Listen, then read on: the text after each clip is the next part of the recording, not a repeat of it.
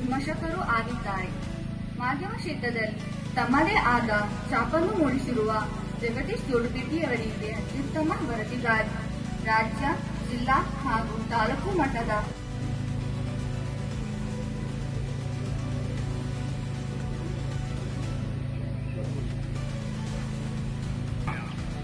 ಎಲ್ಲ ವಿದ್ಯಾರ್ಥಿಗಳೇ,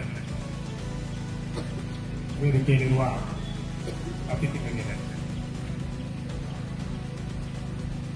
Kaveri college NSS ಘಟಕದ ಶಿಬಿರದ ಕಾರ್ಯಕ್ರಮದಲ್ಲಿ ಗಾಂಧೀಜಿ ಮತ್ತು ಅಂಬೇಡ್ಕರ್ ಅವರ ಎರಡು ಕವಲುಗಳ ಹಾದಿಯಲ್ಲಿ ವಿಭಿನ್ನತೆಯ ಪತ್ರಿಕೋದ್ಯಮ ಸಾಗಿ ಹೋಗುತ್ತದೆ.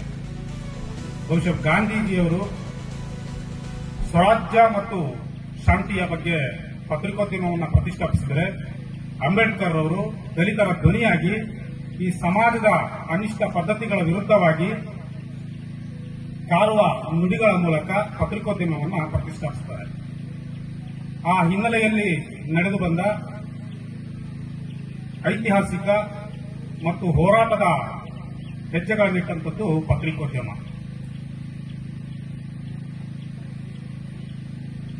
ನಗರ ಪ್ರದೇಶಗಳಲ್ಲಷ್ಟೇ ಸೀಮಿತವಾಗಿ ಕಾಣಿಸಿಕೊಳ್ಳುವಂತಹ ಪತ್ರಕರ್ತರು ಅವಸರದ ಸಾಹಿತ್ಯಗಳನ್ನು ಬಿತ್ತುವ ಮೂಲಕ ಅಧ್ಯಯನಶೀಲರಾಗದೆ ಯಾವುದೋ ಒಂದು ಕಾರ್ಯಕ್ರಮಗಳನ್ನು ಬಿತ್ತರಿಸುವ ಮೂಲಕ ಅಥವಾ ಸಮಾಜದಲ್ಲಿ ಕಾಣಿಸಿಕೊಳ್ಳುವ ಮೂಲಕ ತನ್ನದೇ ಜನರಿಗೆ ಇಲ್ಲಿನ ಈ ಸಮಾಜದ ಸಮಸ್ಯೆಗಳನ್ನ ಮತ್ತು ಸರ್ಕಾರದ ಲೋಪದೋಷಗಳನ್ನ ಮತ್ತು ಅಭಿವೃದ್ಧಿಗಳನ್ನ ಎಲ್ಲ ಗುಟ್ಟುಗಳನ್ನ ಒಗ್ಗಟ್ಟುಗಳನ್ನ ಕೇಂದ್ರೀಕರಿಸಿ ಪತ್ರಿಕೆಗಳ ಮೂಲಕ ಮಾಧ್ಯಮಗಳ ಮೂಲಕ ಜನರೆಡೆಗೆ ತಲುಪಿಸುವ ವ್ಯವಸ್ಥೆಯನ್ನ ಪತ್ರಕರ್ತರು ಬಹಳ ಅಚ್ಚುಕಟ್ಟಾಗಿ.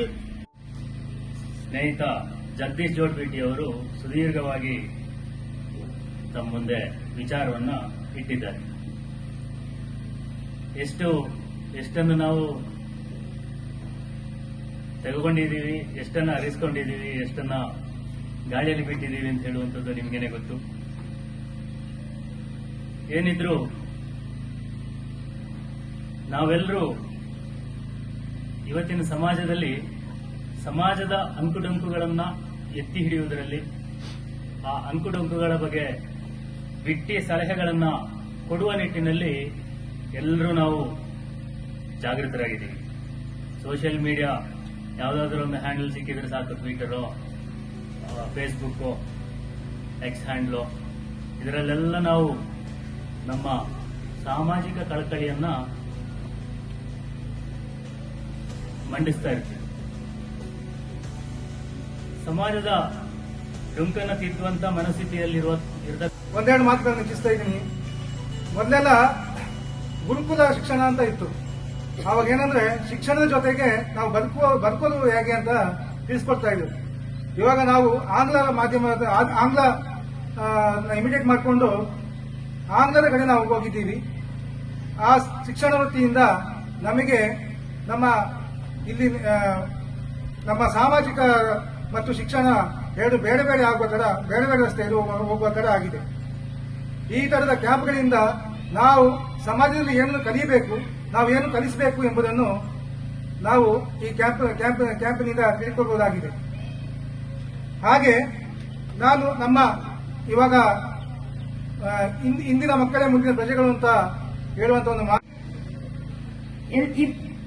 ಈರುವರು ಮಾತಾಡಿರೋ ವಿಚಾರದಲ್ಲಿ ಕೆಲವೊಂದು ವಿಷಯಗಳನ್ನು ತಗೊಂಡು ನೀವು ಏನು ಯಾವುದೇ ಒಂದು ಸಮಸ್ಯೆಯನ್ನ ಎದುರಿಸಬೇಕಾದ್ರೆ ನಮ್ಮಲ್ಲಿ ಒಂದು ಜೀವನ ಕೌಶಲ್ಯ ಅನ್ನೋದು ಬೇಕಾಗುತ್ತೆ, ಲೈಫ್ ಸ್ಕಿಲ್ ಅಂತ ಮಾತಾಡ್ತಾ ಹೇಳಿದ್ರು. ಕೆಲವರು ಎಷ್ಟೇ ವಿದ್ಯಾವಂತರಾಗಿದ್ರು, ಎಷ್ಟು ಒಳ್ಳೆ ಸೊಲ್ಯೂಷನ್ ಅಲ್ಲಿ ಇದ್ರು, ಕೆಲವೊಮ್ಮೆ ಆತ್ಮಹತ್ಯೆಗಳಿಗೆ ಒಳಗಾಗ್ತಾರೆ ಅಂತ. ಜೀವನ ಕೌಶಲ್ಯ ಅಂದ್ರೆ ಏನು? ನಾವು ಹೇಗೆ ದೈನಂದಿನ ಜೀವನದಲ್ಲಿರುವ ಸಮಸ್ಯೆಗಳನ್ನ ಎದುರಿಸ್ತೀವಿ, ಯಾವ ರೀತಿಯಲ್ಲಿ ಒಂದು ಉತ್ತಮ ನಿರ್ಧಾರವನ್ನ ತಗೋತೀವಿ, ಹಾಗೆ ಉತ್ತಮ ಸಂಬಂಧಗಳನ್ನ ನಿರ್ವಹಿಸುವಲ್ಲಿ ಯಾವ ರೀತಿಯ ಒಂದು ಗುಣಗಳನ್ನ ಬೆಳೆಸ್ಕೊಳ್ತೀವಿ ಅಂತ ಹೇಳದೆ ಜೀವನ ಕೌಶಲ್ಯ ಅಂತ ಹೇಳ್ಬೋದು. ನಾವು ಯಾವುದೇ ಒಂದು ಕೌಶಲ್ಯಗಳು ಅಥವಾ ನಮ್ಮಲ್ಲಿ ಒಂದು ಸಾಮರ್ಥ್ಯ ಇದೆ ಅಂದ್ರೆ ಆ ಕೌಶಲ್ಯಗಳನ್ನ ಸಾಮರ್ಥ್ಯಗಳನ್ನ ಬೆಳೆಸುವಲ್ಲಿ ನಾವು ಆ ಬೆಳೆಸುವ ನಿಟ್ಟಿನಲ್ಲಿ